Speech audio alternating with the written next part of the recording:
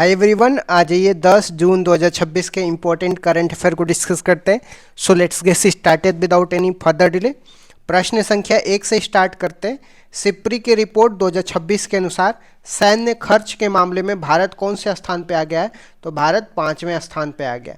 इसके ऊपर America, China, Russia, Germany के बाद भारत 5वें नंबर पे आ गया। भारत का सैन्य खर्च 92.1 बिलियन डॉलर दर्ज किया गया। पहले स्थान पे अमेरिका, दूसरे पे चीन, तीसरे पे रूस और चौथे पे जर्मनी है। सिप्री का मुख्यालय की बात करते हैं तो सिप्री का मुख्यालय स्टॉकहोम, स्वीडन में है, तो ये भी आपको ध्यान में रखना है। नेक्स्ट क्वेश्चन में आते हैं। भारत के यूपीआई ने हाल ही में किस देश के नेशनल पेमेंट इंटरफेस के साथ लिंकेज शुरू कर दिया है? तो भारत के यूपीआई ने नेपाल नेशनल पेमेंट इंटरफेस के साथ लिंकेज शुरू कर दिया। इसका उद्देश्य सीमा पार से फंड ट्रांसफर को आसान और कम लागत का बनाना है। नेपाल की बात करते हैं। नेपाल की राजधानी काठमांडू है और हाल ही में बालेंद्र शाह यहाँ के प्रधानमंत्री बने। रेमिटेंस की बात करते हैं तो रेमिटेंस को प्राप्त करने के मामले में भारत विश्व के पहले स्थान पे, तो ये भी आपको ध्यान में रखना है। यहाँ पे कुछ ऐसे देश हैं जिन्होंने भारत के यूपीआई को अपनाया है। एशिया पैसिफिक में Bhutan, Sri Lanka, Philippines, Malaysia, Singapore, Mauritius, Nepal, Cambodia, Maldives है। अगर हम बात करते हैं मिडल ईस्ट की तो Oman, Bahrain, Saudi Arabia, UAE, Qatar है। यूरोप की बात करते हैं तो यूके, रशिया, फ्रांस और ग्रीस है। लैटिन अमेरिका की बात करते हैं तो पेरू और त्रिनिदाद और टोबैगो है। अफ्रीका में नामीबिया है जिन्होंने भारत के यूपीआई सिस्टम को अपनाया है। आ जाते हैं नेक्स्ट क्वेश्चन पे। भारत का पहला न्यायपालिका एकीकृत वन्यजीव अपराध प्रबंधन सिस्टम हॉक कहाँ पे लॉन्च किया गया? तो केरल में लॉन्च किया गया। हॉक की बात करते हैं तो इसका full form hostile activity watch kernel है। इसका उद्देश्य वन्यजीव की सुरक्षा करना और शिकार व तस्करी को रोकना है। केरल के वर्तमान में मुख्यमंत्री वीडी सतीशन है, तो ये भी आपको ध्यान में रखना है। यहाँ पे आप देख सकते हैं केरल का हॉक सिस्टम वन्यजीव अपराध पर एआई की नज़र होगी। यहाँ पे क्लाउड बेस्ड ईपीआर सिस्टम होगा जो डेटा संग्रह, विश्लेषण, साझा कार्रवाई करेगा और ये भारत का पहला ऐसा सिस्टम है जो वन्यजीव अपराध के लिए। इस तरीके से आप हॉक सिस्टम केरल का याद रखना है। नेक्स्ट क्वेश्चन पे आते हैं। एनवीडिया ने किस कंपनी के सहयोग से पीसी के लिए आरटीएक्स चिप लॉन्च किया है? एनवीडिया ने माइक्रोसॉफ्ट कंपनी के साथ पीसी के लिए आरटीएक्स स्पार्क चिप लॉन्च किया है। यह पीसी को सुपर पावर प्रदान करने वाली एक एआई सुपर चिप है। एनवीडिया की बात करते हैं विश्व की सबसे बड़ी चिप निर्माता कंपनी है और माइक्रोसॉफ्ट ने हाल ही में मेजराना 2.0 भी लॉन्च किया है, तो ये भी आपको ध्यान में रखना है। नेक्स्ट क्वेश्चन में आते हैं। भारतीय खेल प्राधिकरण, जिसको बोलते हैं स्पोर्ट अथॉरिटी ऑफ इंडिया बोलते हैं, ने एथलीट्स विकास के लिए किस देश की यूनिवर्सिटी ऑफ सुकुबा के साथ समझौता किया है? एसएआई ने जापान की यूनिवर्सिटी ऑफ सुकुबा के साथ समझौता किया है। यह 3 साल का समझौता है जो एथलीट्स जूडो, टेबल टेनिस, तैराकी जैसे खेलों में प्रशिक्षण पर केंद्रित होगा। वर्तमान में भारत के खेल मंत्री मनसुख मंडाविया है, तो ये भी आपको ध्यान में रखना है। यहाँ पे आप देख सकते हैं स्पोर्ट अथॉरिटी ऑफ इंडिया और यूनिवर्सिटी ऑफ सुकुबा जापान के साथ मेमोरेंडम ऑफ अंडरस्टैंडिंग साइन किया गया है। नेक्स्ट क्वेश्चन में आते हैं। एसबीआई रिसर्च के अनुसार वित्तीय वर्ष 2026 में भारत की जीडीपी ग्रोथ कितनी रहने का अनुमान है?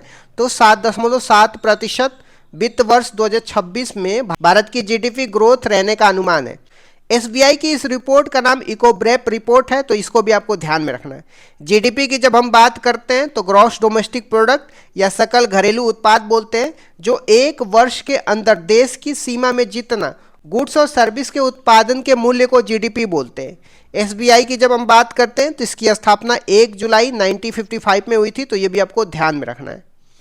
नेक्स्ट क्वेश्चन में आते हैं। ब्रिक्स कृषि सम्मेलन 2026 का आयोजन मध्य प्रदेश के किस शहर में हुआ? तो इंदौर में हुआ है।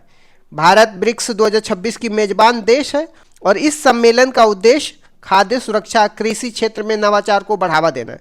ब्रिक्स में वर्तमान में 10 सदस्य देश हैं, तो ये भी आपको ध्यान में रखना है। ब्रिक्स सम्मेलन की मेजबानी भारत के मध्य प्रदेश के इंदौर में किया जाएगा और ये 9 से 13 जून तक करेगा। आ जाते हैं नेक्स्ट क्वेश्चन में। हाल ही में किस देश ने इजराइल के विरुद्ध ऑपरेशन नसार शुरू किया है? तो ईरान ने इजराइल के विरुद्ध ऑपरेशन नसार शुरू किया है। नसार का अर्थ विक्ट्री या जीत होता है। इसके तहत ईरान ने इजराइल के सैन्य ठिकानों जिसमें नेवातीम और तेलनोफ है, इस पर मिसाइल हमले किए। ईरान की जब हम बात कर रहे हैं तो ईरान की राजधानी तेहरान है, तो ये भी आपको ध्यान में रखना है। यहाँ पे देख सकते हैं ईरान ने ऑपरेशन नसार लॉन्च किया है, जो इजराइल के एयरबेस को टारगेट करेगा, क्योंकि इजराइल ने ईरान की टेरिटरी को टारगेट किया था, तो उसके रिटेलिएशन में ईरान ने इजराइल के एयरबेस पे टारगेट किया है। आ जाते हैं नेक्स्ट क्वेश्चन पे। किस राज्य सरकार ने बेरोजगार युवाओं के लिए युवा शक्ति भरोसा कार्ड लॉन्च करने की घोषणा करी है? तो पश्चिम बंगाल ने युवा शक्ति भरोसा कार्ड योजना लॉन्च किया है। इसके तहत शिक्षित बेरोजगार युवाओं को 3,000 का मासिक भत्ता दिया जाएगा। यह योजना पुरानी युवा श्री योजना का स्थान लेगी।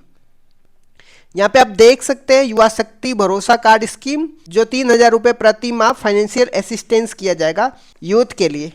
नेक्स्ट क्वेश्चन में आते हैं। चीन सीमा पास 16,700 फीट की ऊंचाई पर स्थित बॉर्डर विलेज नामित किया गया है। तो चुमूर गांव लद्दाख को भारत का पहला मॉडल बॉर्डर विलेज नामित किया गया है। यह गांव एलएसी के पास स्थित है और लद्दाख के उपराज्यपाल द्वारा इसे मॉडल विलेज घोषित किया गया है।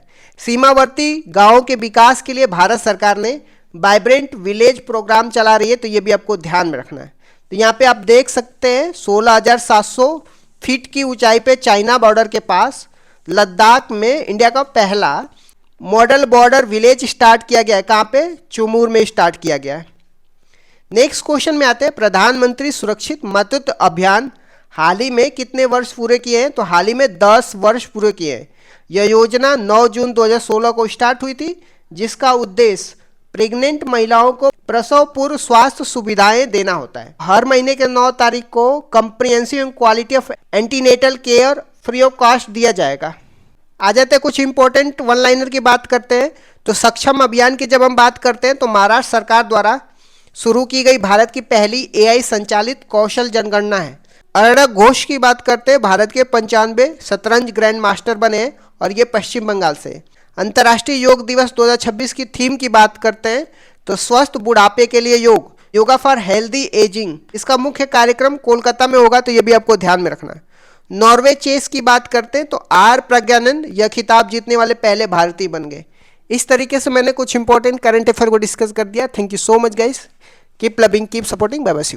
भारतीय संविधान के प्रमुख संशोधन और उसके प्रावधान के बारे में देखने वाले हैं। पहला संविधान संशोधन कब हुआ था? 1951 में हुआ था।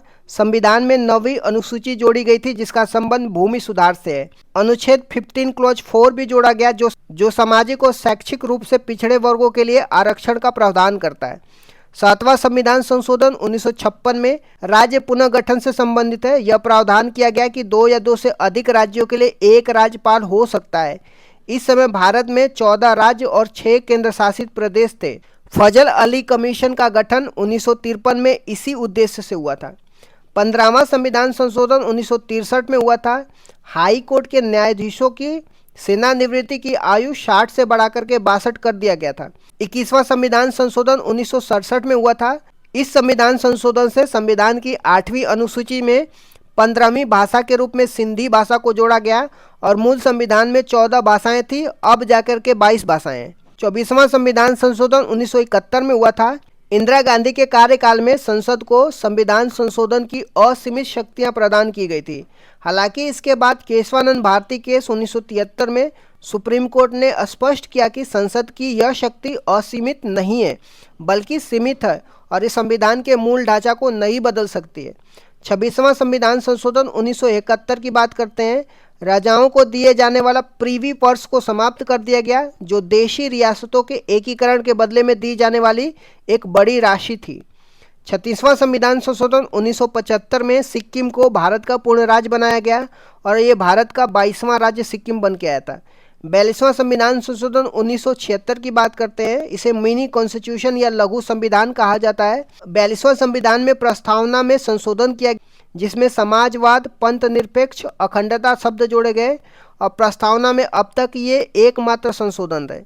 42वां संविधान संशोधन में फंडामेंटल ड्यूटी जोड़ी गई थी, जो भाग 4A में अनुच्छेद 51A को जोड़ा गया था, जिसमें मौलिक कर्तव्य शामिल थे। यह सरदार स्वर्ण सिंह समिति की सिफारिश पे फंडामेंटल ड्यूटी, जिसको मौलिक कर्तव्य बोलते हैं, इसको जोड़ा गया था। 42वां संविधान संशोधन में राज्य सूची से समवर्ती सूची में विषयों को हस्तांतरण किया गया, जिसमें 5 विषय वन, वन्य जीव, मापतोल, न्याय प्रशासन और शिक्षा को राज्य सूची से समवर्ती सूची में स्थानांतरित किया गया।